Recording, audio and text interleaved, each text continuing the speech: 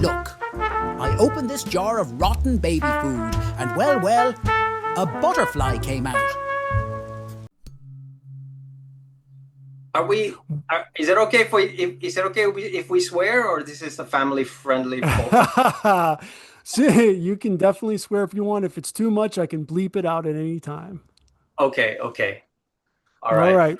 So, everybody, welcome to the Comedians and Elevators podcast. I've got my guest, Miguel Bernas. Miguel, say hi, introduce yourself, and tell us a little bit about yourself.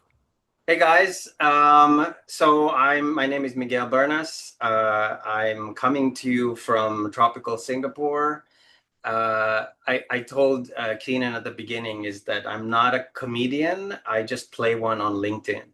And what that means is that, I like to do stuff on LinkedIn that's funny and, just to try and be a little bit more memorable and basically, be known for try and be known for being witty and having a kind of a unique take on things that are normally discussed on LinkedIn.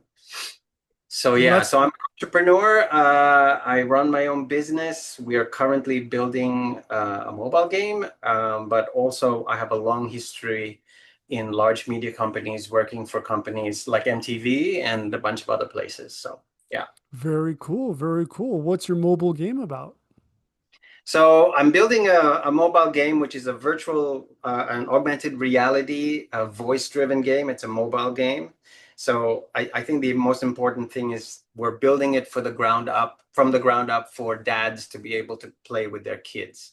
So it's a Okay. spy game. You do missions in your neighborhood, Oh, and you do cool stuff like that. So yeah. that does sound cool. Playing spy games with your the dad, son and father. That's pretty cool. Or Yep. daughter and father as well. Yep. Well, That's fun. shall we get into it? Sure. Let's go for it. All right. So the whole purpose of the podcast is to compare and contrast the comic versus the comedian. So Okay. I define the comic as any person telling funny jokes versus the comedian who's a funny person telling any jokes. And Okay. I'm sure you probably agree that you start as a comedian, as a comic, and you evolve into a comedian. Would you agree? Yeah. I mean, I guess the comedians are doing it more professionally, more deliberately.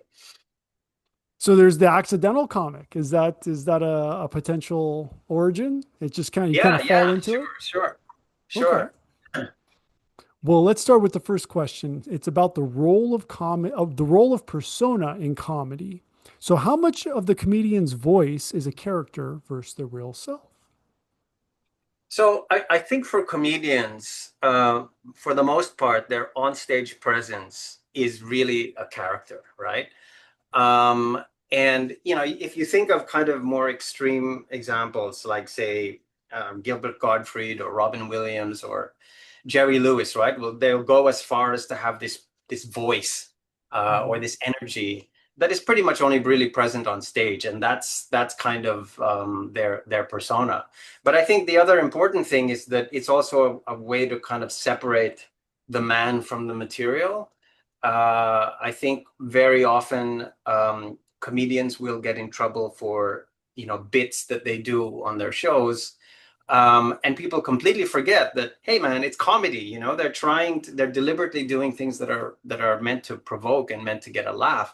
That doesn't mean necessarily that that's what they believe or that's who they really are in real life. I mean, now all of that being said, um, authenticity is important, and I think what it is you have to be able to, I remember this in writing school. One of the things that they tell you when you're writing is that you must always speak the truth.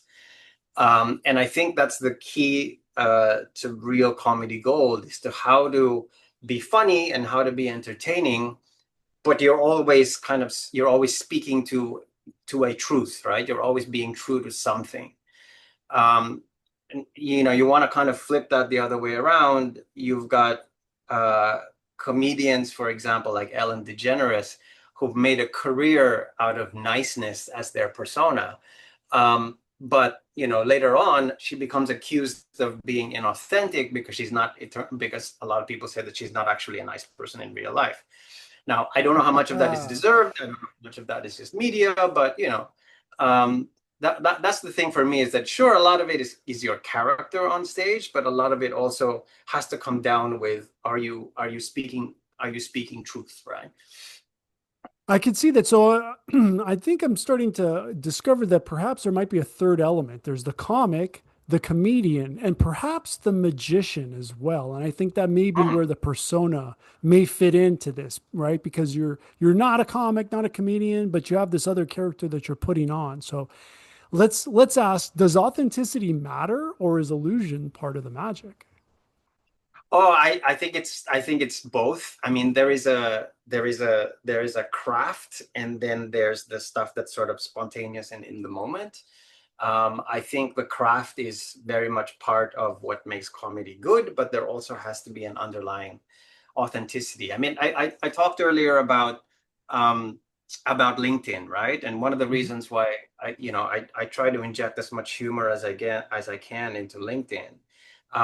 Well, first of all, I think comedians and entrepreneurs have a lot in common, right? Comedians are basically they basically run a small business. The small business is them, right? And in the same way that success is very much reliant on people's perception of the brand, or in this case, their personal brand. And in a lot of cases, both do not have the benefit of having a bigger brand to rely on, right? So that's where I think authenticity is more important than ever, right? Because it has to be true to who you are, and therefore your message has to be consistent with that. I agree with that. So let's get in a little more difficult. Punching up versus Go for punching it. down. Where do comics versus Oh, comedian? Yeah. Where do comics versus comedians stand on this? So let me put it into historical context. Did a jealous medieval prince become the first comedian by killing the court jester? okay. So I think in a modern context, as a rule, the kind of rule is to never punch down, because comedians who do punch down tend to get canceled, right? And this is in a modern context. Now, Mhm. and again, that being said, authenticity does make a big difference here. So comedians shouldn't say things they don't believe for the sake. This is all. It's also the problem of comedians going too far when they just say things for the sake of being safe, right? They're too afraid to kind of offend. But the other extreme is that, of course, shock for shock's sake also doesn't work in the long term, right?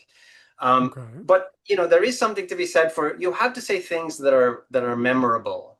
Um, so once again, on LinkedIn, I'm going to come back to LinkedIn. Sorry, I'm gonna probably reference LinkedIn a lot in this conversation. It does Um, make sense. yeah, yeah. So on LinkedIn, there's a lot of sameness in what people write, right? There's a predictability, and everybody sort of stays within a certain safe zone. And I myself, personally like to push that boundary a lot, just because if you don't do that, nobody will remember, right? Nobody will remember what you say. Nobody's going to remember your point of view. And if you don't have a point of view, you're just going to disappear into the crowd. Um, so I'll give you an example. I once had a heckler on LinkedIn. Hmm. Somebody who actually, would write stuff would write comments to the things that I was writing, and you hear this on LinkedIn a lot. They say, "Oh, this kind of content belongs on Facebook. It doesn't belong on LinkedIn," right? And so I looked at the guy's profile, and he was the head of sales for some software as a service, company. And I replied and I said, um, you know, uh, not everybody on LinkedIn is a software salesman. Some of us work in the entertainment industry and actually have fun jobs, right? So Hmm. I don't know if that's punching down, but I thought it was funny. No, that is funny, and definitely I wouldn't say punching down, but I will point out you are wearing the attire of the king of punching down, at least in That's right. contemporary, right? That's So No, So listen. I think at the end of the day, right? I think if you're going to interpret a bit or a joke as punching upwards or punching downwards, I think the most important thing is the intent. The comedian's intent is what matters. So can you remember when accents were funny? Like when a comedian did an accent, it was considered funny. Like yeah. nowadays, you always risk being canceled if your act is full of accents, because for some reason people think that it puts people down. Now, again, it all comes back to the intent. For example, if I put on a British accent, do people immediately assume that I'm putting the British people down, or is that just their perception of a British accent is higher, and therefore he's punching up, as opposed to, if I do a very strong Filipino accent. I'm originally from the Philippines, so if I do a strong Filipino accent, am I making fun of Filipinos, right? Or is that just kind of speaking truth to something about Filipinos? And so, again, it comes back to the intent. Are you doing the accent to put a people or a culture down, or are you doing the accent because you're trying to reveal a truth about people, and a truth that's funny? And if people kind of look at themselves in the mirror, they'll laugh because they're like, oh yeah, he's fucking right. That's exactly the way we act, right? And So and can I so so can I challenge you to some improv right now? okay, let's go for it. Let's try. Well, because you did two accents, right? You did the British, which could be considered punching up in one context, and Filipino, which you've said yourself could be considered punching down. Can you imagine combining the two or playing off of the two in one phrase, for example? Oh, I think I've seen that done, where people will do a combination of different things. But I think, whether or not it's going to be perceived as funny, or whether it's going to be perceived as, putting people down, it really comes back to the comedian's original intent, right? Like, what's he trying to say? What's he trying to get across? I think Chappelle got a raw deal, because they kind of isolate something that he said in his show, and said, see, he's putting trans people down, or he's putting the LGBTQ community down. But if you watch the whole thing, I don't think that's what he was doing at all. In fact, he was even, if it's the same one that I'm thinking of, he was telling a very touching story about a trans woman that he knew, Yeah. and very, it was a very personal story about that. So it wasn't at all just sort of putting people down in general because it's fun to put people down, right? Right. I think he basically mastered it because he had such a personal, hopefully true story, came across as true. Right. And so if it weren't, then you could go somewhere else with that. But I think we're going to have to go with a round two on this improv, because there's something there, and perhaps you don't want to go down that route right now. But perhaps you could build something for later if you're interested. So, cultural translation of comedy. How do jokes that work in one country bomb in another? Oh, I think that happens a lot. I think that cultural context will really does matter a lot. Okay, and comedy in general, I would say, doesn't travel as far across different cultures. So I'll give you an example. In Singapore generally isn't really big on irony or sarcasm, unlike in the West, right? And it's just Mhm. a kind of a branch of comedy that's kind of, it just sort of, it's different here. There are a lot of cultures where, uh, in order for it to be, for a bit to be funny, there's like a distinct, and this is the punchline, part where you kind of, even in movies, if you watch a lot of Asian shows in general, if it's a funny scene, you can hear the background music shift to this dun dun dun dun dun dun, just sort of to signal, everybody, this is the funny part, right? Yeah. And so and so that's where I think, context really kind of makes a difference in terms of what goes down culturally. Now, in Singapore, for example, I would probably think that somebody like, say, Ricky Gervais wouldn't go down as well with the broad population, just because he would be considered too mean, right? I mean, most of Asian culture is very non-confrontational. So it's really not appreciated to be mean to somebody's face. So there's a really good example right here. Now, if I could think of something that is probably more universal, I think self-effacing humor is probably the most universal type of humor. I think if anybody who wants to be charming, or anybody who wants to elicit a laugh, best way to do it, make fun of yourself, right? That's kind of like that's a good way to find yourself endearing to pretty much any audience. So would you say that comics are more universal while comedians are more culturally specific? Yeah, I think comics will kind of be guided by the moment, right? Eliciting a laugh in the moment. So they're kind of they're feeling around, and will probably say something that is funny in the context. Comedians, because they do it professionally, will probably do something that's a little bit more practiced, something that the whole idea of the bit, right? The comedians Mhm. will always go to a bit, and a bit is something that's been practiced 100 times and tried over, many times, experimented with different audiences, because they know it works, right? So they'll go to that because they know that it works. So that kind of leads to the next question, then, which is about crowd work versus crafted work. So Mm.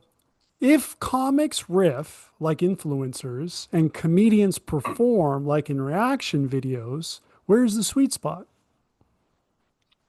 So I'm definitely leaning towards comedians being more about the craft and the science, right? Mhm. I actually, I actually learned this, or I actually realized this. This was probably in the 90s, my very first trip to New York City. Um, so I went to the Comedy Cellar, where you watch all these great comics, and they do sets of, I don't know, I think about 7 or 8 minutes or something. They're really short. And they just kind of sort of come on one after another. And because it's New York City, maybe the next night or a few nights later, I saw one of the guys that I saw on stage. I saw him on one of the late night talk shows, and he did exactly the same bit, like word for word. And I was sitting there going, "Whoa!" Even the improv, what I thought were the improv parts, were actually practiced, and that's a good thing. So I think there's a reason why that is, right? And again, coming back to LinkedIn, I wrote an article on LinkedIn all about how, if you want to be a good public speaker, the best people to study are stand-up comedians. And one of the things that stand-up comedians do is they will test out jokes, and they'll usually wheel out a joke first in a small venue, just to be able to filter out what works and what doesn't. Um, and whereas, so that's what comedians do, and I think comics kind of play it more by ear, or by adjusting to whoever happens to be listening to them at that particular moment. So what happens when a comic leans too much into crowd work or when a comedian gets heckled? So when a comic leads too much into crowd work, I think the problem there is that you end up, again, too much in safe territory. And then the extreme, of course, on the other side, is that if it's too crafted, then it comes across as inauthentic, right? If it's too practiced. And I think the genius of comedy is where you basically make the science feel like art, right? Is when you've practiced something 100 times, but when you do it on stage, the audience still feels like that's hilarious, and he came up with it just on the spot, right? Well, 95% of the time, if it's a comedian, he didn't come up with it on the spot. Even the crowd interaction stuff, they've tried that. They've tried that a lot. It doesn't mean it's not funny. It's still very, very funny. So I agree with you on that for sure. So very important question is advertising and self-promotion. Who advertises themselves more, a comic or a comedian? You know that place where you're not conscious and you're not sleeping either? That's your power bill to the electric company. Right here. I want us to be here with free energy, where the Wardenclyffe Tower meets the Eiffel Tower. But that's not where we are. We are here, where you've got the utility and you've got residential solar. Between these two, we know which one saves you money. This is where we can go in the meantime. But this is where I want us to be now, and this can be done now. So let me deputize you to represent DOSE, Department of Solar Efficiency, and let's get on the podcast to get the message out today. See you soon.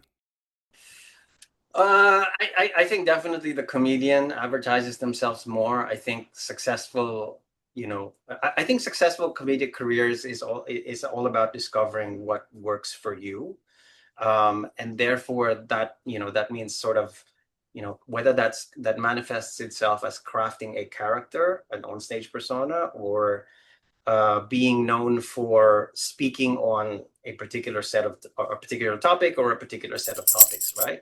So you kind of have to, if you're making a career out of it, you kind of have to telegraph to the audience what your comedy is known for, and therefore that's what people will come to see, if that makes sense. 100%. So is self-promotion seen as selling out, or is it necessary for survival? The concept of selling out is something that people talk about a lot. I think it's kind of over debate. I think it's overly emphasized in a lot of these discussions. I mean, selling out is just somebody's perception of somebody's level of success, right? I mean, if the guy's an unknown and the guy's and he panders to his audience, it's not going to be considered selling out. Selling out only applies to people who are already big and successful, already famous. One of the best commentaries I ever saw of a celebrity speaking about selling out was Bono. So Bono was doing this interview. Bono, of course, is the lead singer of U2. And this was in the early 2000s or something like that. And he was asked about how a lot of the old-timey fans of theirs from Ireland, when they were pretty much like a high school band or a college band, right? Saying, "Oh, they've sold out," because they're now doing music that's just like super popular. And Bono said, at this particular moment, we're the biggest band in the world. So if we pretend that we're still that little Irish band, that's what's inauthentic, right? So that whole persona of his with the sunglasses and the black outfits and all of that stuff, that's part of his star persona. That's a manifestation of who they are at that particular moment in time, which I think totally makes sense, right? It's like if you pretend that you're, if you're still small time, then that's what's inauthentic. I mean, for me, it's the same thing of like when Jennifer Lopez started talking about she was still Jenny from the block. I watch her and I'm like, no, you're not. It's like, come on, you're like one of the biggest stars in the world. Like, don't give me the shit about you're still some, from some little Latina girl from New York. No, like I don't buy it. Nobody believes it anymore. She graduated. Now her bodyguards are paid for instead of just being her boyfriend, right? So right. leads to the next question. So censorship and offense. Does a comic avoid offense while a comedian courts it to prove a point? I think most comics avoid offense. Sooner or later, I think if you're gonna be memorable, you have to risk offending somebody, right? Because you're gonna have to risk offending. You're never gonna make everybody happy all the time, and sooner or later you're gonna have to risk offending somebody if you want to be remembered, if you want to be known for something. And that's why comedians have to push boundaries all the time, because, again, this is about a comedian discovering their own shtick, right? If they're going to discover their own shtick, they have to push the boundaries and find out, okay, where's the line? Where does my material work, and where does it go too far? Playing itself might prevent you from getting canceled, but pushing the boundaries is how you become a legend. If you look at people like Richard Pryor and Eddie Murphy and Ricky Gervais, Norm Macdonald, they're famous because of their of their offensive material. I mean, that's how they kind of made a name for themselves. So who would survive better in a cancel culture environment, the comic or comedian? Well, I think it depends on, again, what you want to be known for. I think so. I would always kind of prefer to err on the side of comedians, because at least comedians have taken a stand and have decided on something. Now, they may decide that by being true to themselves or by sticking to their shtick, they may be narrowing their audience, and that's fine, because if you have a narrow but loyal, enthusiastic audience, comedians can make huge careers out of that, right? It doesn't necessarily have to be, just sort of universal. But I think, again, playing it safe is what may get you laughs in the short term, but provoking thought and pushing boundaries, that's how you end up on Netflix. That's how you end up with your own HBO special. Makes sense. So what about timing and delivery? Is it a science or an art? So do comics rely more on structure and comedians more on rhythm and emotion? Uh, I think comedians are the ones that lean heavily on structure, and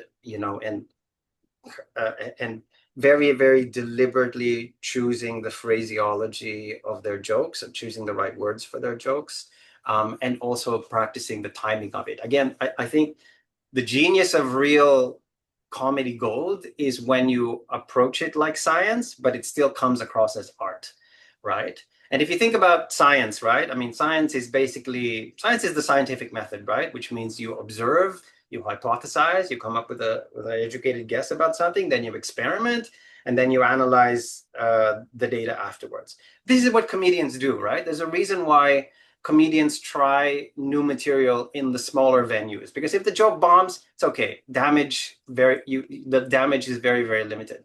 By the time you're on HBO and Netflix, that's the best stuff, right? You've filtered out all of the jokes that bombed already, and this is the best material, right? And it's already passed through all of the sieve of all of these different hole in the wall comedy stores, that all the ones that didn't work were the ones that ended up on the floor, and the stuff that you see on Netflix is the best stuff. All right. So laughter versus applause. Are comics chasing laughs and comedians chasing applause breaks that validate the message? um I think comics, if you define them as funny people, are definitely about kind of chasing the laughs, or in the moment, right? And you're kind of, by nature, it's kind of what you're seeking is, whether it's laughs or applause. What you're essentially trying to secure is approval. I think good comedians know how to get you to laugh, even at the things you're not supposed to laugh at, right? Like, for me, some of the best comedy shows are when people go, ha ha ha, oh, and then they sort of stop midway, because then they kind of think about what the joke was, and then they kind of say, "Ooh, should I be laughing at this?" And then they laugh at the fact that they're even stopping and thinking about it, right? So I That think is the way. that's the stuff that's really good, and the stuff that kind of that you remember. Usually, between laughs and applause, right? Usually, applause comes after a joke that lands particularly well. And they're not just funny, but because, again, they reveal truth, right? They reveal a truth about something. And that's what people remember. If you look at somebody like, say, George Carlin, right? This is why his comedy is still relevant today. Again, long after he's died. It's because the stuff he's extremely funny, but the stuff that he reveals, the truths that he reveals in his comedy, still echo to and resonate today, right? They're still very, very relevant for the world we live in today. They are. So, comedy as commentary. When does a comedian cross into being a philosopher or a preacher? Oh, I'm in the school of thought that believes that comedians are basically our modern day philosophers, right? I think comedians today play the same role that a philosopher played in ancient Greece or ancient Rome, right? I can just imagine the scholars going, "Yo, Aristotle, come in here and give us some of that syllogism shit again. Like tell us about that stuff." And again, because at the end of the day, I think it comes down to being about revealing truth about the world, right? The best comedians are philosophers because they reveal truth in an entertaining way. This is why Chappelle is so effective, because he makes you think. When he does his shows, he really does make you think. um, I'll take somebody like Chris Rock over Will Smith any day, because Chris Rock, extremely funny guy, and he kind of comes across with all this manic energy on stage and all of that, and it's easy to think that that's what his comedy is all about. But he makes you think a lot, which is why I appreciate that stuff. And again, I'll take that over somebody like Will Smith, who just sort of tries to make a career out of being charming, when he's not punching the shit out of people. Sure. Um, So is it good or does it dilute the humor? Uh, what is good? Well, I think you pretty much answered the question, but so because you're defining it as a philosopher, but have you seen anyone, perhaps even Chappelle, a lot of people would say he looks or becomes a preacher. So if mm. so, would that be perhaps diluting the humor? So when does it go? So the question is, when does it go too far, right? When is it to lean too far into the preaching Yeah. part? Yeah, I mean, I think there's always a balance, right? I think at the end of the day, it always has to be about, delivering these things, delivering these truths in an entertaining way. I mean, the second it is no longer entertaining, then it starts becoming preaching, and nobody likes that, right? Right. Especially if you pay a ticket to go into a show because you want to laugh, and then you just get lectured, and you're sitting there thinking, I could have got this in church. So that nobody wants that, right?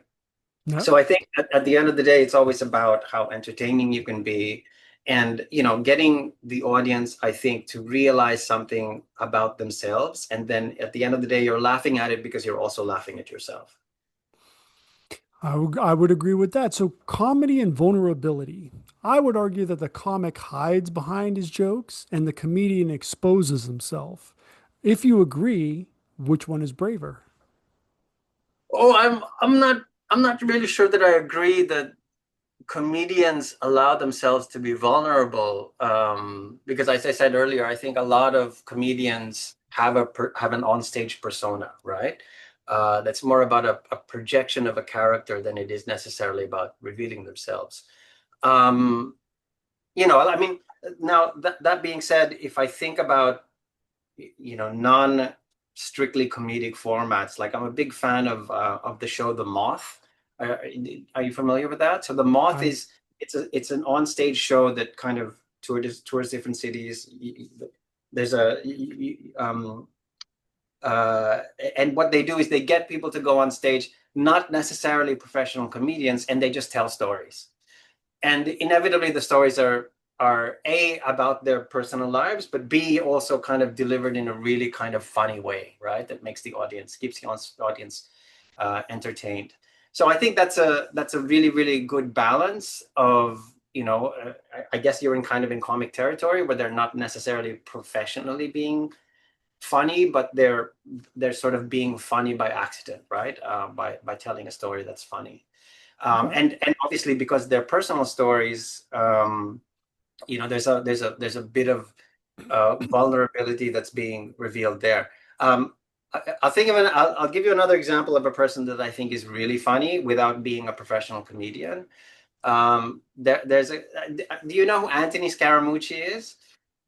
Yes. So Scaramucci is famous or infamous because he was, he was in the first Trump administration for all of 11 days, right? Yeah. Nowadays he's pretty much he's a political analyst. He's a podcaster. He comments about politics all the time, etc.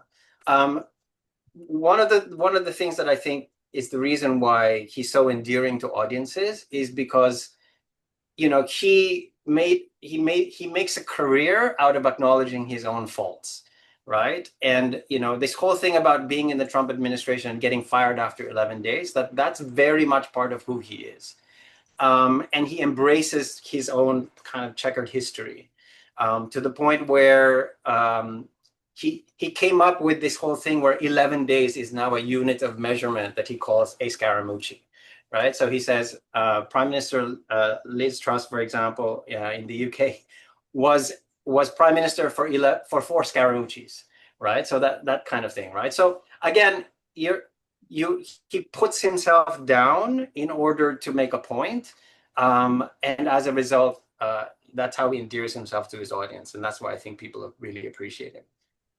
Okay. So last question, legacy. Who gets remembered? Will the comics Tight Five survive time, or will the comedian's cultural point of view be more timeless? I'm definitely leaning towards the latter. I think the comedian is the one, because they're, because they kind of deliver truths in a way that is memorable and relevant. I think these are the guys that kind of stand the test of time. Again, comedy, really good comedy isn't just funny for funny's sake, but it's funny because it speaks truth, right? It reveals truth about the world. It makes us understand something about society, but also about ourselves, right? So that's why this kind of stuff is always relevant. I'll still listen to old George Carlin or old Richard Pryor or old Norm Macdonald stuff, even though their particular brand of comedy is tied to a particular period in time. A lot of what they say still kind of resonates, still rings true today because of the truth behind what they're talking about. Awesome. So where can everybody find you online, Miguel? Well, you can find me on LinkedIn, where I'm not as present as I used to be, but I will post stuff on a regular basis.